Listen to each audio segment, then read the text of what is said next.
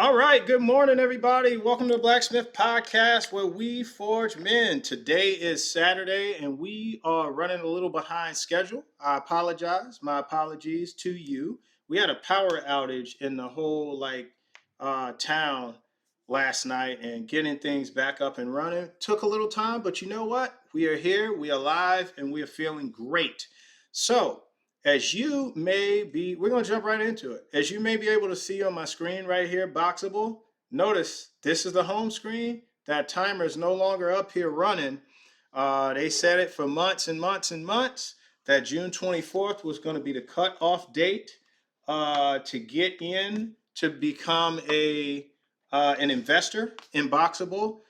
You could have done it with as little as $1,000. Now, not to say that's little for somebody, but that's how they marketed it. And it would get you 1,250 shares, and now gone. And the reason why it was such an opportunity is because it used a method. They used a method to raise money not often used called crowdfunding. And typically, what they do is they go to private investors who are accredited investors, which, if you remember, an accredited investor is somebody who would make that their net worth was a couple $1,000,000 and they had to earn at least $200,000 a year. Or if they were married, $300,000 a year for at least 2 years and be on track to earn the same amount the third year. So investing in private companies was always off limits for the common man, woman. You get what I'm saying? And so now Boxable had that opportunity. So if you got in at 80 cents per share, good on ya. Actually, I was talking to a good buddy of mine in Florida. My dog. He was asking me, do I think Boxable is going to IPO or if they're going to use a SPAC? And the SPAC is the special something acquisition company. I can't remember what the P is, and I went over the pros and cons. Um, Special purpose acquisition companies right here. And I went over the pros and cons, so I'll share them now. So pretty much, Boxable, when I went over the entire earnings call, it's broken down into videos on the channel. The CFO, the Chief Financial Officer, what is his name? His name was Martin Costas. He was Honeywell's CFO for a couple of years before. So that's a big company right there. But anyway, he said Boxable had $21.7 million. Got some notes right here. And they had pulled from quarter one $23 million, and their expenses were 3.2. And they were not concerned at all about the money. And so if they IPO on their own, under their own name, it's going to take them time to build up a huge reputation with marketing and stuff because they don't have much money to work with. $23 million is not a lot when you're talking about market cap in the stock market, right? And a lot of that money is going to have to go to advertising themselves and whatnot. But they're all over YouTube and all that kind of stuff now. But if they basically the consensus is this: if they IPO on their own, it's going to take them more time to grow. So their growth is going to be slower over time, but they'll eventually get there.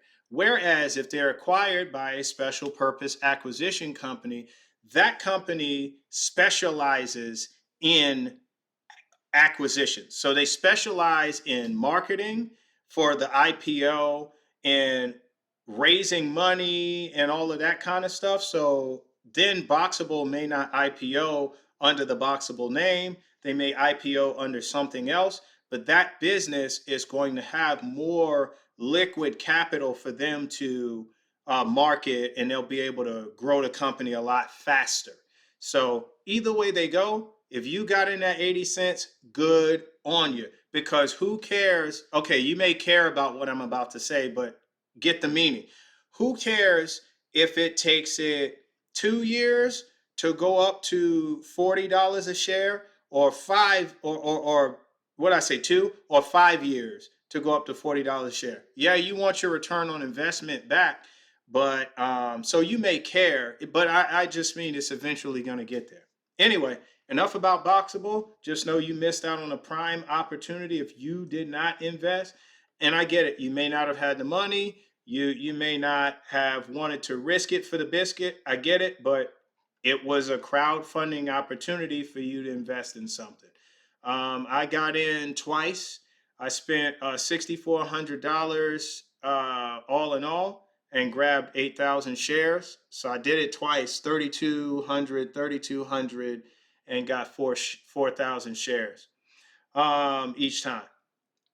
So the thing I want to mostly go over today, I'm going to skip for now, and I'm going to go over something else just in case we run out of time and we don't get to it. What you see here set before you is a book called The Essence of Success. And that young man right there, his name is Earl Nightingale. He has since passed on into the great beyond. Earl Nightingale has one of the best public speaking voices. He's like a Morgan Freeman, right? He could have narrated the animals running around like the Australian bloke. And the traitor knows that he's not going to eat if he doesn't make this kill. That guy. I can't remember his name. Um, but if you watch any of the animal shows on Netflix, that guy's voice is legendary. Um, this guy's the same way. Now, this book is a very, very good read.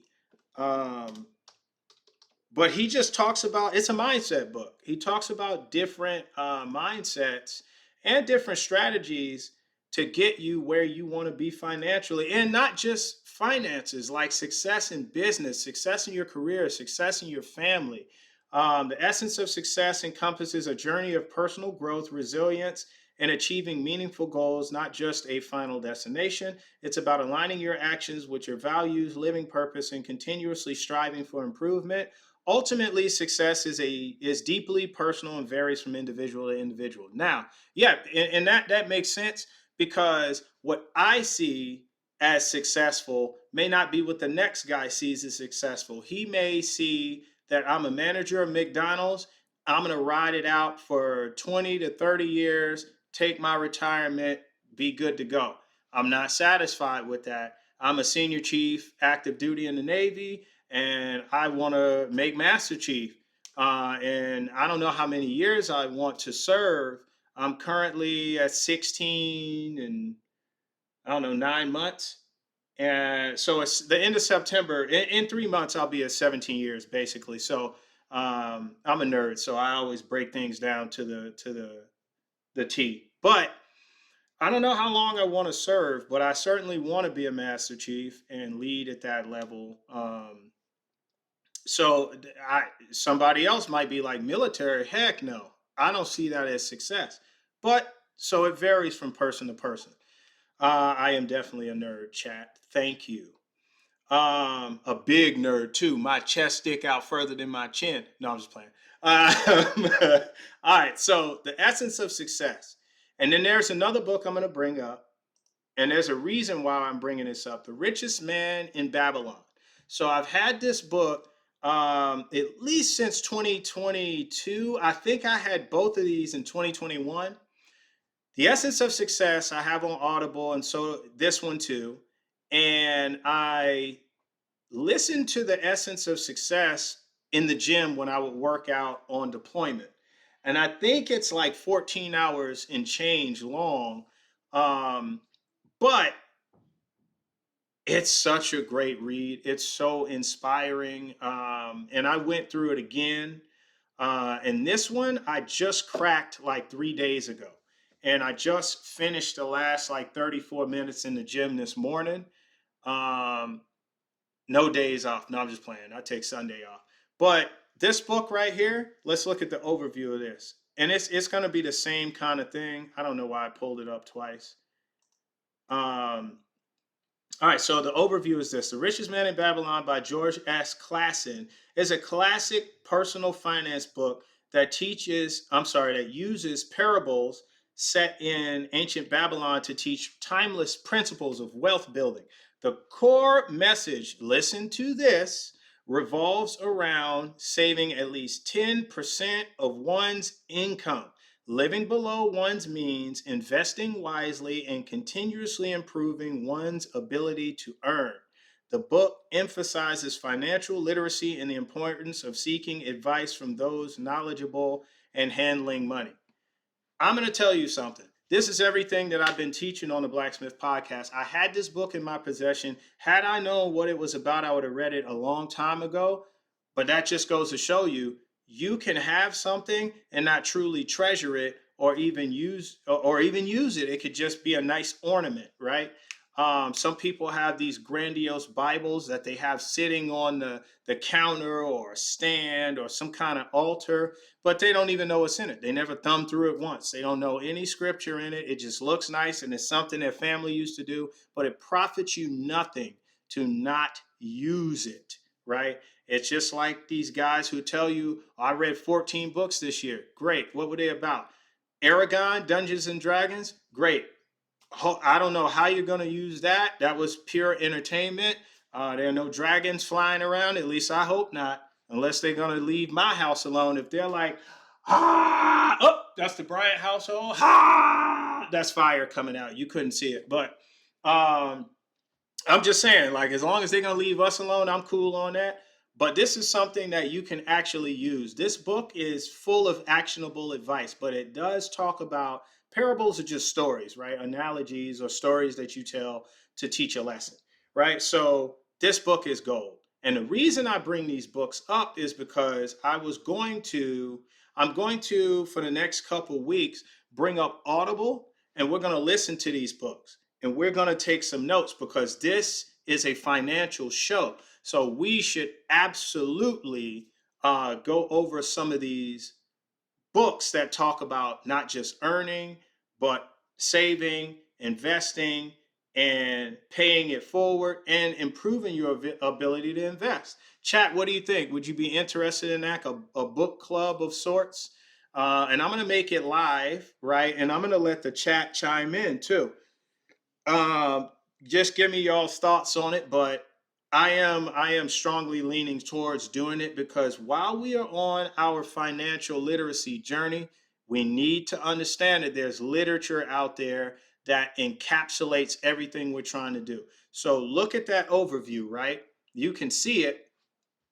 This is everything I talk about. So I talk about hard skills.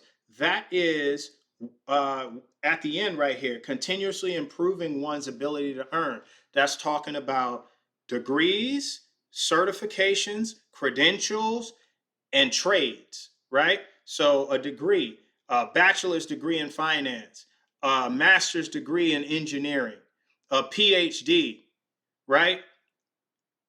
If we're talking about credentials, there's many different types of credentials, and my brain is running. I can't even think of any right now. Yes, for the book club. I see that. Thank you. Thank you. And if y'all know of anybody, and I'm talking to the chat here, so sorry, YouTube. This is live on Discord. Get in or get lost. No, I'm just playing. Email me at the blacksmithpodcast at gmail.com, book club, and I will, or Discord. I'm sorry, Discord, and I'll invite you to the Discord. Um, it's free. Nobody's paying for anything over here except with their time. And chat, let them know what your return on investment is. Put it on in there, and I'll read it out loud. But if you're getting something out of this, please let them know, and I'll shout it out, right? Because um, time is our most valuable commodity, and we can't afford for it to be wasted because we'll never get any of it back. We're never going to be able to reverse it. We're never going to be able to go back and implement the things that we didn't know before. So there's no sense in you even regretting what the time that you wasted. Realize you wasted the time and learn today all of it, what you didn't know then, and apply it today. Because you know what you do know? You are wiser than you were yesterday. You're older, but that older person should be outpacing your younger self so much that you should be able to implement this to the highest degree, whereas your younger self might have been able to trickle into it. You should be able to outpace your younger self. The only thing they have over you is time. It's a lot, but you can do today tenfold what you couldn't do before because you didn't know. Knowing's half the battle. Applied knowledge is power. Let's get it. So yes to the book club. So and I know my chat gets stuff out of this, so I don't mind doing it. And again, it's free 99. Nobody's paying for anything. Okay. So what was I was gonna talk about? We talked about accredited investors, talked about SPAC. Let's close these windows, get these out of here. I'll keep these books up. Now, what we're going to actually get into, y'all know my MVP stock over here is Robinhood, the hood, HOOD, capitalized. Not the hood as in pow pow, Chirac, but I mean like, not best I do or die, guns a-blazing. But Robinhood markets. So if you look at my screen right here, it is grayed out. I don't know why. The event was already held and I played it before, but let's look at some frequently asked questions, right? Um, it'll probably be available next week, but if we're going to go over it now, I'm not going to go and redo this next week. But let's look at some frequently asked questions, because if you're going to be part owner of this business, you should understand what it's about. Also, chat, if you know that there are people that are usually on this call that are not here, please do me a favor and invite them. Remind them that we're live. Because we're just starting the main topic main topic and talking point. Anyway, so what is an annual shareholder meeting? Let's look at this. Certain state laws require corporations to hold an annual shareholder meeting at least once every 13 months. During the meeting, the board of directors is elected and an agenda of topics important to the business is discussed. Shareholders can ask questions by participating in the Q&A. So that's why they do an annual meeting. And if you didn't know, Robinhood is based out of California. So how does leadership choose which questions to answer? Questions are answered at the direction of the leadership team during the call. And as you know, VLAD TENEV always comes up with this guy. He's the CFO. I think his name is Jason. Let me scroll through here. It doesn't look like Jason, or maybe I must hit more. No, hold on. Let me look this up really quickly, because you should. So everybody's heard of the CEO, the chief executive officer, whether they know what it means or not. They know it's the top dog of a business, right? But the CFO is the chief financial officer. That's the money man right there. What was I looking for? Robinhood. Jason Warnick. Okay, we're gonna write his name down. I thought his name was Jason. I'm gonna write that down. I'm gonna start a different notepad. Y'all know what time it is. If you don't, it's a 10:33 Pacific Standard Time on June 28th, 2025. All right, so 28 June. All right. So Vladimir Tenev is co-founder and CEO of Robinhood Markets. Let's go over another frequently asked question. Who's allowed to participate in the Q&A? All shareholders are allowed to ask questions or upvote others' questions. Everyone can view the Q&A, listen to the recording, and read the post-call transcripts, right? Shareholders only. Because if you don't own a piece of my puzzle that makes me 100% a business, then I'm not interested in anything you have to say. That's like people standing outside of the restaurant talking about how good the food is or not and what the restaurant should do. You've never even been in here and eaten.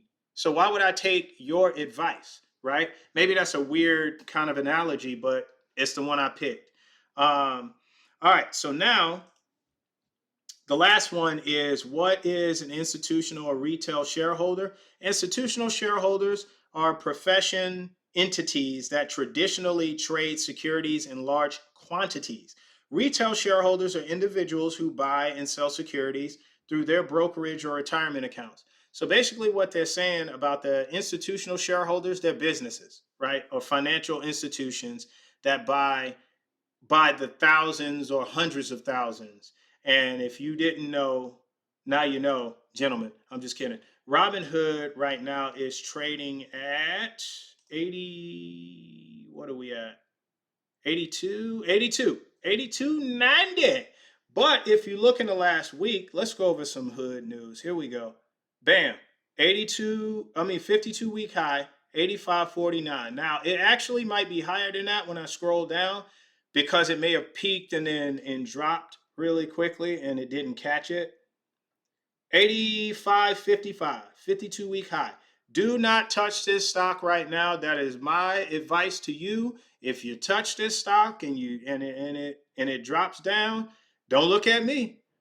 Or you can look and admire the grays, I guess, but don't look at me and blame me, because I'm telling you now, the stock price is driving through the roof, and I'm hoping beyond hope that they're going to answer one of the questions I upvoted. So let's get to it. View. Again, you have the CEO right here, Vladimir Tenev, and the CFO, Jason. I didn't even write his name down, man. Warnick. Jason Warnick. All right. Mike T. I don't know who Mike T is. He's probably a retail investor. It says retail shareholder. So yeah, he is. Mike T is always asking the number one questions. Him, and there's another guy. If I see him, I didn't see him in the questions when I was upvoting some of them. But if I see his name in here, I'll tell you his name. I can't think of it, but if I see it, I'll know it. Mike T is always asking some great questions. I probably need to figure out who this guy is. But the first question is, when will Robinhood banking launch? Will it offer the same services as a traditional bank, including checks? And so I upvoted that question because Robinhood is becoming more and more of a financial institution. I've been anxious for this news. They already have that gold card out to more than 100,000 people. And this year they're getting up to 200,000 total, so another 100,000 this year. So I want to see them expand and become a credit union or bank. They'll probably be a bank because they're for profit. So anyway, so Vlad, I wish I had I can't. I'll have to read this. So Robinhood Banking is on track to launch this fall. There it is. Take notes. Look, scribble it down. Jot it really quickly. His name is Jason Warnick, right? I still haven't written his name, but I don't want to forget again. I know who he is, so I'm not going to put CFO. So they're going to launch this fall. We've gone through internal testing and we are using it. And I think you're really going to like it. To answer the specific question, yes, we will offer all the traditional banking services you've come to expect from a traditional bank, including checks, and will also include a suite of products that are traditionally reserved for the wealthy and high net worth customers. Stop right there. Pump the brakes, not pause the brakes. That sounded weird. But he just answered a lot in all of that. They're launching this fall. Now, we know summer just started, so fall could be anywhere from the start of it in like 3 months to like the winter. So 3 to 6 months, this is launching. If you're not excited about this, I don't know what to tell you. But so now we know the timeline. Give it 3 to 6 months. So I'm going to put banking 3 to 6 months. And I actually have another question, but I'm going to save it for after I'm done with this in case he answers it. I'm not looking any further than what he said. He said, yes, they're going to offer all the traditional service you've come to expect from a traditional bank. So we're talking about checking accounts, savings accounts, money market accounts. If you're not familiar with that, need to look that up. Um, Saving CDs or saving certificates, as they're commonly referred to as. I should have done that the other way around. Saving certificates or saving CDs, as they're commonly referred to as. They're going to offer. They're probably going to offer mortgages, right? And they asked this during the earnings call that I went over a couple months ago, right? Mortgages is what they are going to offer. He says so the traditional stuff, so that would be it. He said including checks. Okay, so now also a suite of products that are traditionally offered to high net individuals and the wealthy. I'm like baby from Cash Money, because I can't wait. I can't wait to see what those products look like. So I'm going to put products for wealthy, because don't forget, this company is on the precipice, the cusp, the razor's edge of combating the SEC to allow the common man, I would be amongst them, right, to invest in private companies galore. Like, not just, well, they didn't have Boxable, but Boxable did their own. They used a method called crowdfunding to raise their seed money in their rounds. If you don't understand, we should go over this whole private investing thing, especially if they get the go ahead. I will definitely make an emergency live call to go over how this stuff works, the rounds of investing when it comes to a private company trying to go public. I will definitely go over that. But anyway, let's continue. So, including high yield savings with 2.5 million FDIC insurance. Okay, so they're going to insure your high yield savings. High yield savings is great because usually they get you about 4 to 6%. Usually I see about 5% on high yield savings. Savings CDs usually do that too, but high yield savings is a way to keep your money inflating, because the average inflation per year is 3%. So at least your money is growing 2% a year if you put it there. And that's for people that just want that money's buying power to not decrease. High yield savings, a lot of people use that when they don't want to necessarily risk the money to be in loss with an investment, but they're smart enough to understand that if they don't invest it, they are risking it to deflation, because inflation is 3% a year. And remember, we have natural inflation and forced inflation. What's the difference between the two? If you're taking notes, keep up. Let's go. Let's learn some shorthand. Let's get it. Chat, if you need me to slow down, let me know, because I got financial bars. I'm just kidding. I ain't got no bars. So anyway, natural inflation is eggs, milk, gasoline, rent, goods and things going up, increasing in price over time. That makes sense, right? More demand, less supply. It's going to go up over time, right? But then you have forced inflation, and that is our government realizing that we don't have enough money for stuff, so they print more money.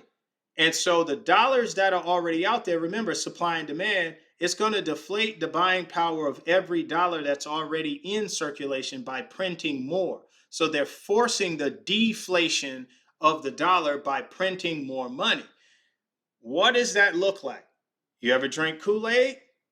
You get a pitcher. I haven't drank Kool-Aid since a teenager, but whatever.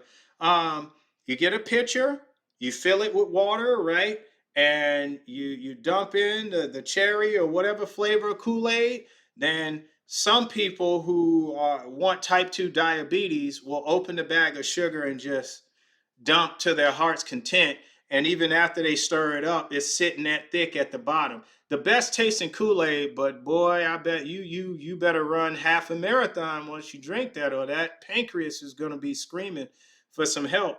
Someone please call 911. All right, so anyway, you know what that's like? Now imagine that somebody put way too much sugar in there, right? But imagine the pitcher is like a tank, right? And it's sitting like that, but the tank is only this full and the top of the tank is way up here, right? So they keep now dumping in water And what does that do? You'll see that sugar, the crystals go down, go down, go down, go down, and it's gone, and they keep dumping water, water, water until it dilutes the sweetness, and then it dilutes the flavor of the cherry. You don't even taste it anymore. Now it's really just some water that has a slight pinkish looking color to it because they've diluted it so much. It's not even Kool-Aid anymore. But you don't even know how much sugar it had in it at one point in time. And had you tasted it, it would have woke you right up like a punch by Mike Tyson, right? But if you keep dumping into it, you dilute it and you make it of none effect. And that's forced inflation, folks. That's what's happening to your dollars. So unless you have your money invested, it is deflating. The buying power, the number might stay the same, but that would have to put you to sleep. Yeah, it puts you to sleep all right. Sugar water, yeah, yellow, right. All right, so let's read the rest of this. I just want to make sure we go by step so y'all understand what I'm reading here, because we got to get our financial literacy up, folks. We get our knowledge of the Diddy case down, can break that down to the molecule. We get our knowledge of what's her name? Tia Mowry going insane after she divorced her husband. 100 Men versus a gorilla. Caitlin Clark's stats and not liking whatever the other girl's name is. What's my man's name? I just made a video about him. The number one Cooper Frag or something like that. Number one draft pick in the NBA. We got all the knowledge of that. We got knowledge of OKC winning the championship and who's poised to take it next year. We already started on next year. But what's your next investment? Crickets. Exactly. All right. So the idea behind banking. Okay, wait. Let me start again. So he said 2.5 million. Let me just start this sentence over. No, I'm not. This is a super run on. Okay, we're gonna pick it up from right here, including high yield savings with 2.5 million insurance. So basically, what they're saying is they can invest $2.5 million of your money, and it's probably going to be up to about 5%. That's usually competitive for high yield savings. If you have a Amex card, Amex has a high yield savings. FDIC insurance, access to estate planning and tax advice. Stop right there. Sorry, there's a lot of I can't say that. My brother will say it sounds suspect. All right, there's a lot to digest here. Let's say that. Estate planning. Estate planning. So they may actually offer wills and revocable and irrevocable trust. If you don't know what that is, there's a video on Discord where I covered all about revocable and irrevocable trust. Go on there and watch them. And listen, don't look at those hour videos like a great enemy that, it's gonna take a whole hour and it's just a bump in the road. Look, if you're looking for information, it's packed with nutrients. It's packed with vitamin F, financial literacy. And if you want vitamin F, you better get on there and pray that hour doesn't run out before you can learn something else. That's the stance you need to have on it. But hey, I'm just a guy who cares. Anyway, so estate planning and tax advice. So that they probably have APCs and accountants at your service. Cash delivery, have no idea what that is. I'm not going to lead you astray. I don't know what that is. Which is an innovative feature that I'm very excited about. Net worth tracking and much more. Now, most people, their net worth is going to be negative. You know why? But take me to where you live. Number one, I want to see either your driveway or your parking space. Show me the garage too, suckers trying to hide in there. And show me your living room and show me your closet. And where you put your stuff. You, not necessarily kids. If you don't have kids, take me to those 4 spaces and I'll show you why people's net worth is negative. I'll tell you why. Because if they're renting an apartment, I need to know what that is per month, right? Your rent. If it's a house, that's why I said driveway. I need to know what your rent is there or your mortgage is there, right? Um, and I want to see what's in the driveway or the parking space because I could tell you if it's got that L on it, you just paid $10,000 to $20,000 for an upscale Toyota. If it's got that weird mountain thing with this whatever, you just paid $10,000 to $20,000 extra for an upscale Nissan. If it's got the arches on it with the little slit in the middle, you just paid 10, 20,000 more for an upscale Honda. I can keep going. I got financial bars all day long. I do this in real life. So I'm going to let you know, take me to your driveway. I will figure it out in or your garage because some people park in the garage. I need to park my Civic there because that sun is tearing that paint up, but I could care less. It's just a car, to be honest. It's just transportation. It's nice. I love driving it, but it's not gonna drive. I've put no money into that car. I'm not gonna put a turbo on it. I'm not doing none of that stupid stuff because one accident could take it out. And the insurance will not pay me a check for the extra turbo I put on the car. Stupid. I don't have money for that. Anyway, take me to your living room. I want to see your TV. There's usually like speaker systems. There's you know those things that talk around the house or whatever. Take me there. Your couch, lazy boys, all that kind of stuff. I keep going. I got financial bars. And take me to your closet. How packed with clothes is it?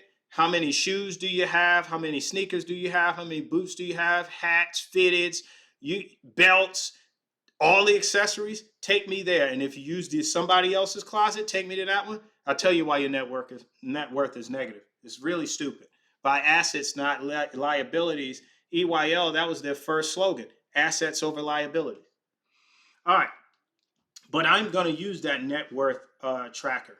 You can figure it out yourself, but they're going to just make you put all of your accounts into something that has an algorithm. So any of your checking, savings accounts, your those are assets.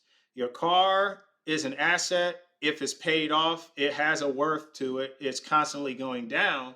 However, you get it. They figure out your net worth. Anyway, the idea behind banking is to bring the private banking experience, which is typically only reserved for elite high net worth customers, to the mass market. So we're excited to bring this to the customers with great technology and an amazing customer experience that you can expect from Robinhood. So stay tuned. Done skis. Nothing else to say because I said it all. All right. We're going to get on to the next one. I hope y'all took a lot out of that because there was a lot he said in that. Thank you, Mike T. And if you watch me, hit me up on the Gmail. Griffin A. When will the credit card be rolled out to more people? Now, folks upvoted this, and I kind of dislike them for it. Well, dislike the fact that they did it, not them. The first response is usually the correct one. That was a slip. That was definitely a mistake. I dislike that they upvoted this one. They have answered this doggone question so many times. You didn't get in line in the first 100,000 people. Wait your turn. They've already answered this. They wasted a question. So I'm going to go through it. We'll see if there's something to pick out of it that we haven't already covered. Yes, and actually we just talked about banking. The credit card app will become the banking app. Already got it. In fact, let me see. If you don't know what it looks like, all right, it's the second one from the left top row. See that? That gold feather? That's what it looks like. And it just says credit card. Okay, so it's going to become the banking app. And as we've seen on socials, people are very excited about the credit card. Even when we post about unrelated things, you have just a stream of people asking for access. You know what? If they're on social media, I'm going to go ahead and follow them. That's a good point. Y'all should probably do that too, because they may roll out some info on there. And I guarantee you, they ain't going to be talking about 100 man versus a gorilla. Stupid stuff. Anyway, Sue asking for access. Okay, so we've been methodical as it's important to validate the economics of the card. So far, we really like what we're seeing. We're pleased with the data that we're seeing. So we rolled out to 100K customers last year. We added another 100K in quarter one. I thought he said they were going to do that in the entire year. They did it in quarter one. So they're rolling it out faster than I thought, which got us to 200K total. So we doubled what we did last year in just Q1. We've contributed to the rollout in quarter two, and we're on track to be about 300K holders by the middle of this year. So after quarter two, good to go.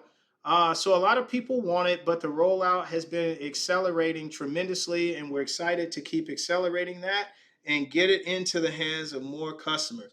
I think it's an amazing product, so more and more people will have it. Just appreciate your patience. Yep, be patient. Should have gotten in line. Anyway, you didn't know what you didn't know. You didn't, whatever. You can't go back and do it. And you can't, everybody can't be the first 100,000. I'm not even teasing people.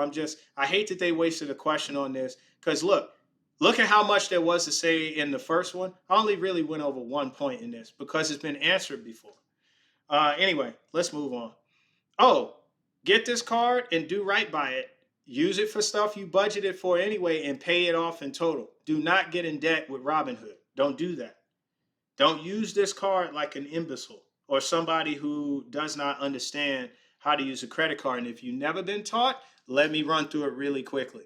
Use it on stuff you budgeted for anyway. And then what you do, if it's going to be a rewards card, right? And I don't remember the specifics of it because I just got it to have it because it was Robinhood and I put it away. It's down here in my drawer somewhere around here. I don't even keep it in my wallet because I don't plan on using it for purchases. But if it be a rewards card, and I'm pretty sure it is, and they give cash back on every dollar spent, can you pay your rent with it? Can you pay your light bill, your utilities with it? So I don't have to break all of those down. Your phone bill and all that kind of stuff. If you can and get the points, let it all come out of this card, and here's the key. You keep that money in a separate bank account, and every month when that card is due, you have an automatic payment for those things if it's the same amount, right?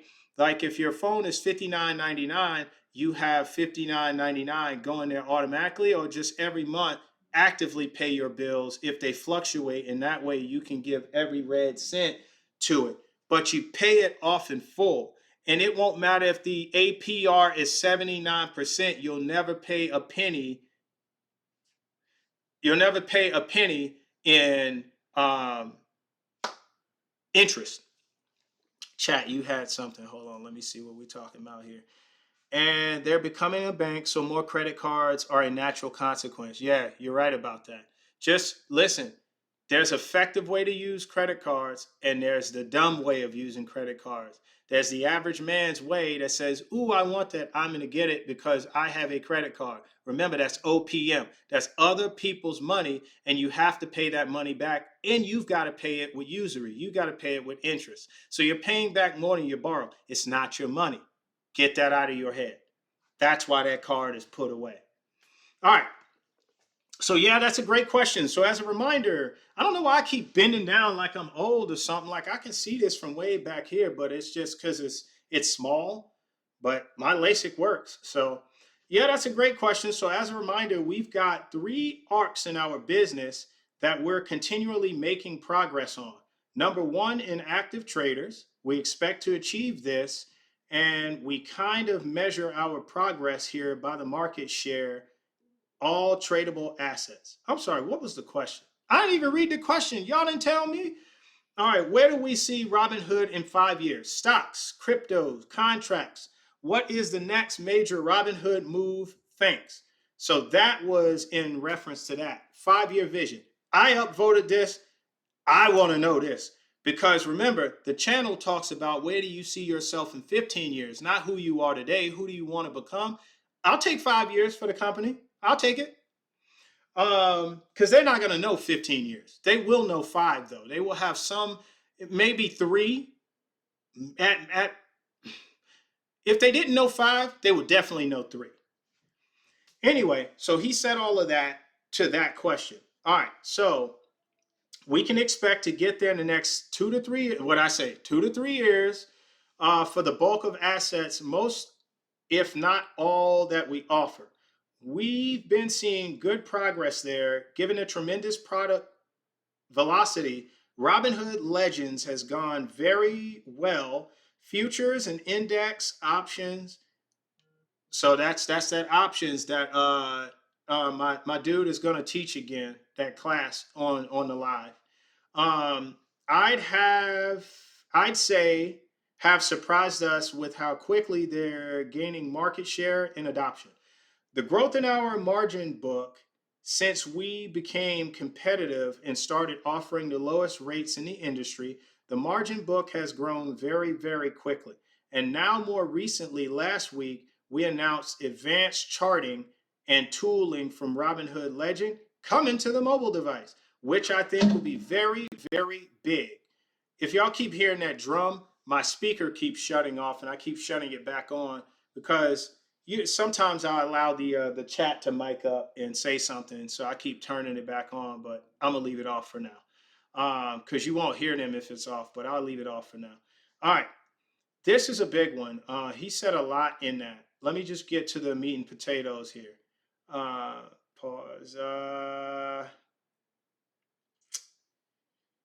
So basically, he told you the advanced charting right here from Robinhood Legends with the candlesticks and watching how things move. That's more for day traders. So if you buy and sell stock within the same 24 hours, I believe it is, you are a day trader and you're looking at the candlesticks to see the highs and the lows in the days. And some people do that as their 9 to 5. So, I mean, nothing wrong with it. I can't do it working in a secret building, and you can't bring your phone. So, but it is big. It's going to allow more people to go after being day traders. And it says active traders. That's what they're talking about. They're not talking about buying for the long term. There was something else I wanted to go through here. That's big. Um, oh, margin. Let's talk about it. All right, so margin. So I went through, and see, I'm not going to know how to get to it from here because it's the desktop. I think it'd be here. Right here. I did know how to get to it. All right, so you know what? When I hit like $30,000, they let me borrow on margin, and I started borrowing. That's just where I was when they rolled it out, I think. But as you can see, if I sold off my whole portfolio, I'd have 63K. I'm borrowing 42,000 right now on margin, and I have 3,800 in crypto. I didn't even know this until last week, and I shared it with a buddy of mine. He's usually in the chat here on Saturdays.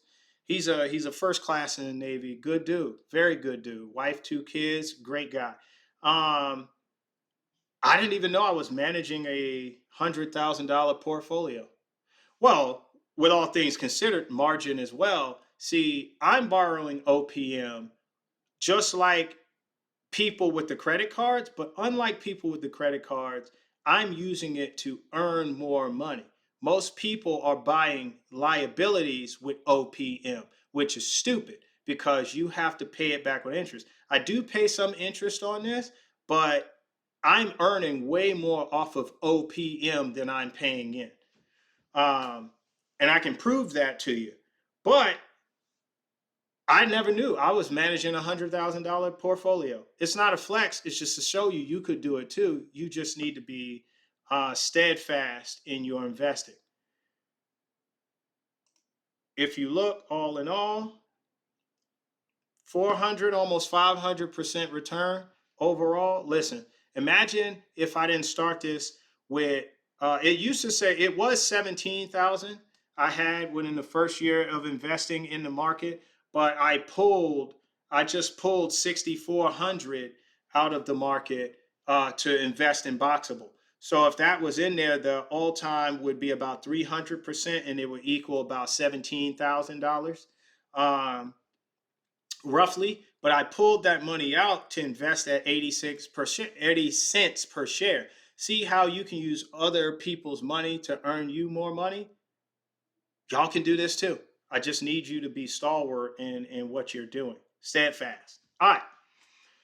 So I'm gonna have to teach myself to stand back. I keep doing this. Maybe I'm getting old. I don't know.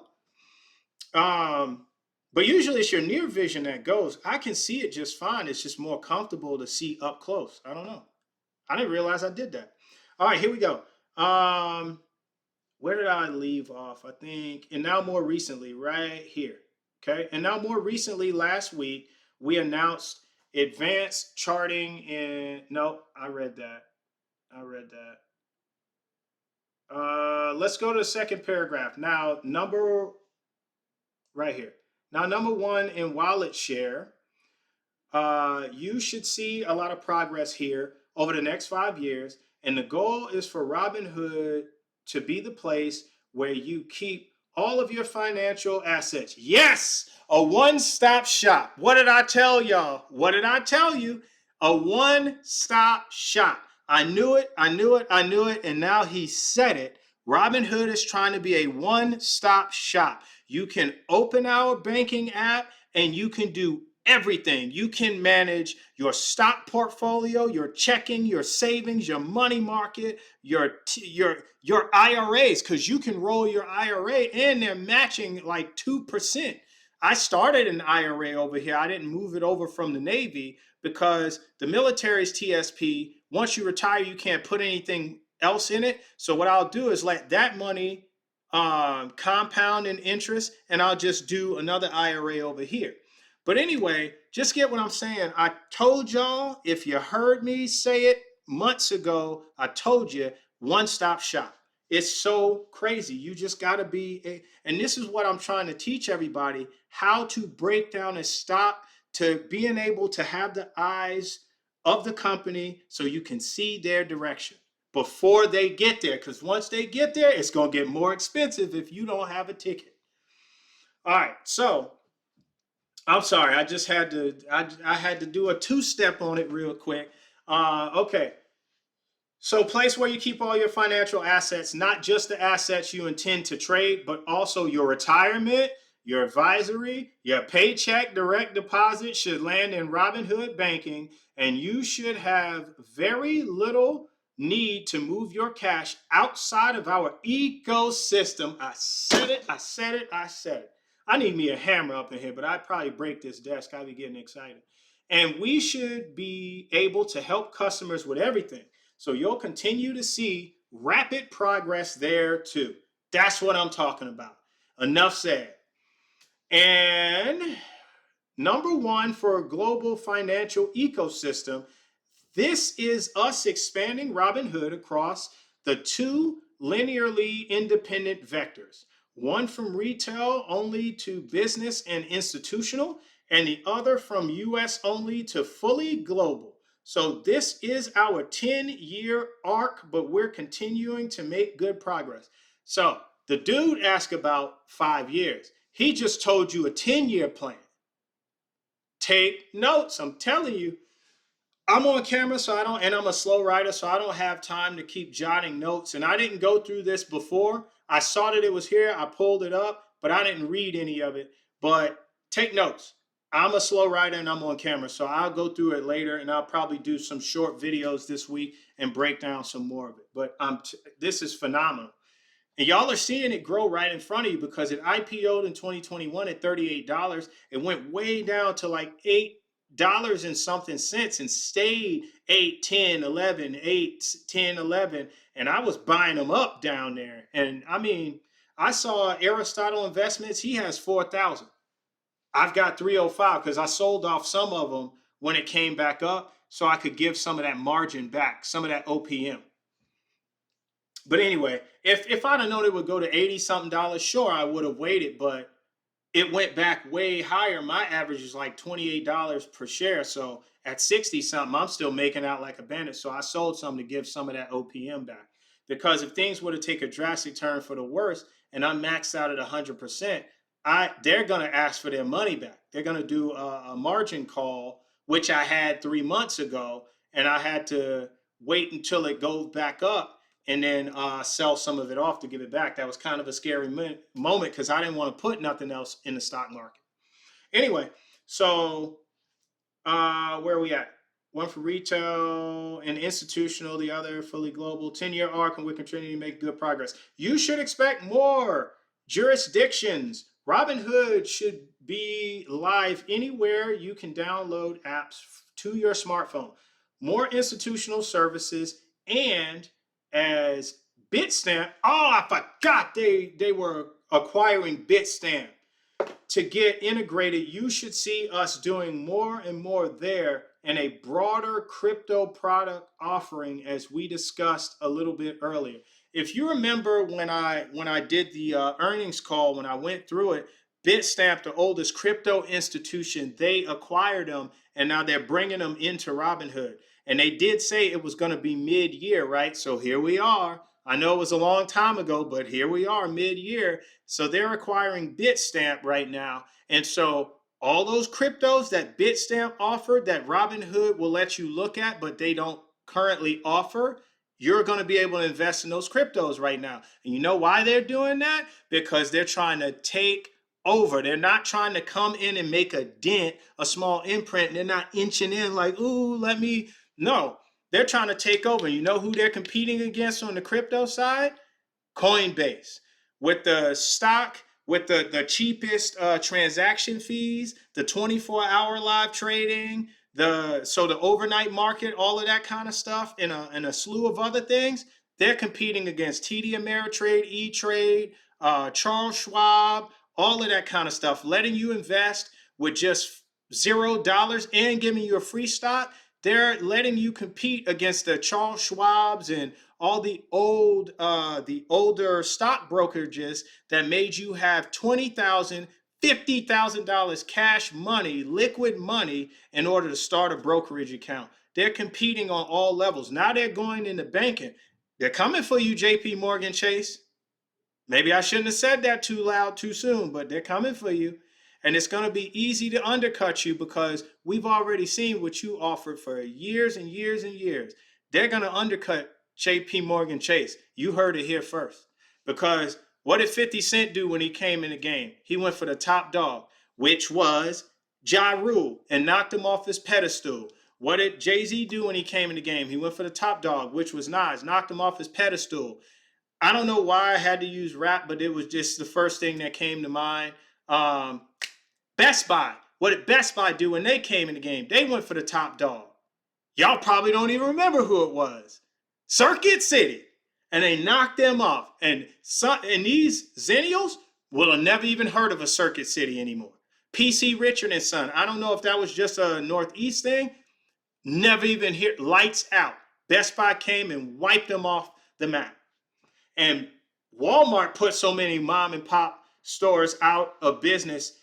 They hate Walmart in small towns because of that very reason. So they're coming for you, JP Morgan Chase. All right, look, we are at 58 minutes. Let's go through one more. You can go through this by yourself if you want to, or I'll do another video and I'll cover the rest of them that's down here because I don't know how many they went over. Let me see. 1, 2, 3, 4, 5, 6, 7, 8. Or is it 7? I don't know. 7 or 8. 1, 2, 3. Jeremy's at the bottom. 4, 5, 6, 7, 8, 7, 8. Yes, 8. All right. So I upvoted this next one. I upvoted this next one, and you'll see why. Does Robinhood have plans around the S&P 500 inclusion? If they get included into the S&P 500, folks, it's game, set, match, over. Yes, great question. It's a difficult thing to plan for, but I think it's one of those things that hopefully happens. As of today, he's humble. Yes, they're going to do it. As of today, I do believe we meet the eligibility requirements. Why does he know that if he thinks? But ultimately, this is dependent on companies being removed. And I discussed that, I think, last week. And I went through the companies that recently got kicked out. The boot. You ever seen Fresh Prince of Bel-Air? Ah, Jazzy J. They punted those companies out of there. Your market cap sucks. You done missed your earnings. Get out. They ain't got time for that. It's not personal. It's professional. It's money. Money makes stuff shake. Money makes time. Time is money. You get it. Anyway, I'm getting too hyped for this. But this is stuff I get hype about. Let me talk about that for a second. Let me go on another little trip. We're gonna get right back to it. I don't get hyped for football. Who cares? I don't get hyped for basketball. Who cares? LeBron James thoughts interest me not. Don't care. If he's not talking about how to lead other people to the success that he has, don't care. Well, you should listen to the stuff he says. It's very inspirational. Tell me how it mattered. Show me how it enhanced your life. Just give me one example on how it enhanced your life. What hard skill, soft skill, what did it allow you to do? Crickets. Thank you. Nothing. So this is the stuff I get hype about. All right. So he says, let me back up again. And then there's a committee over at S&P that decides who gets in. So we're focused on growing our business, continuing to deliver for customers. And I think all these things are kind of an output of that. But we're going to continue delivering, growing our business, shipping new products. And over time, I think index inclusions will come. You heard that? Index inclusions, not just the S&P 500, because there's a difference between an index fund and an ETF. Most of you might have heard index funds, not know what it is.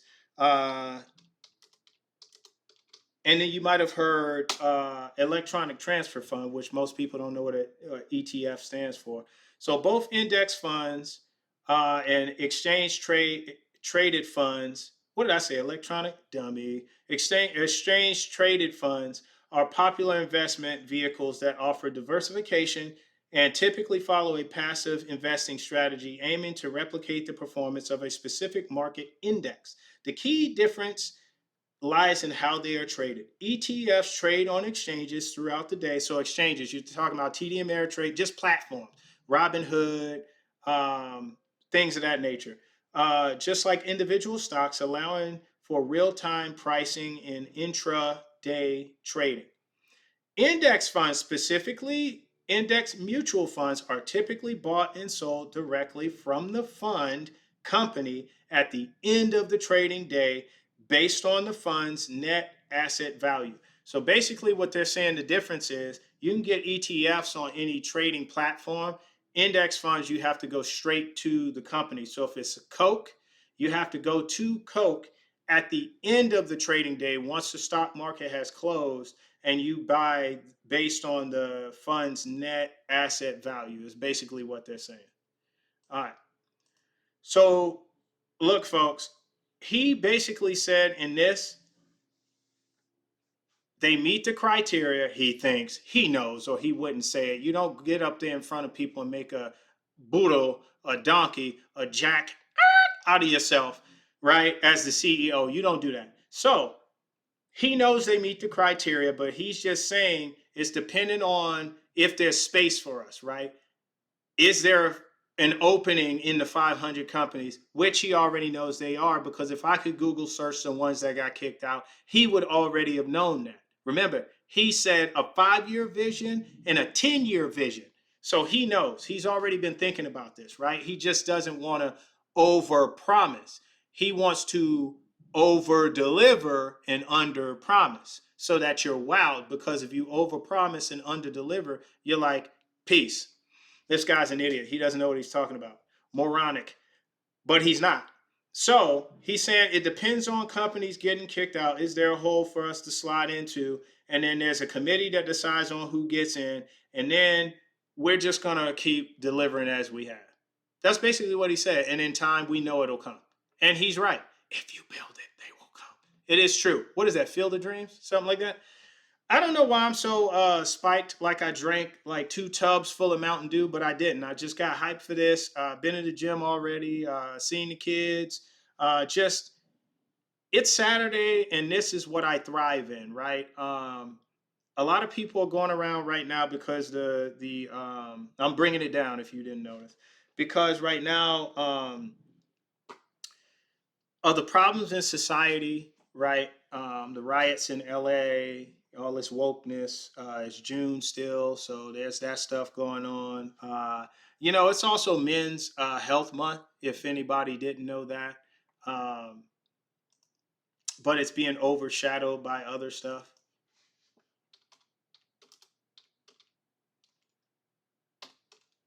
See right here? June is Men's Health Month. What men are talking about health, because and I don't really watch TV like that, but when I go to the gym, the TV's always on. I don't see any ads for men's health. I do see a lot of ads for HIV medication, for parades. I'll share this story, and this ain't no hate. These are just facts. These ain't jokes written by 85 South either. These are literally facts, right? Um, June had just started. I was at the gym, and what was I doing? I was doing dumbbell curls on the preacher curl bench.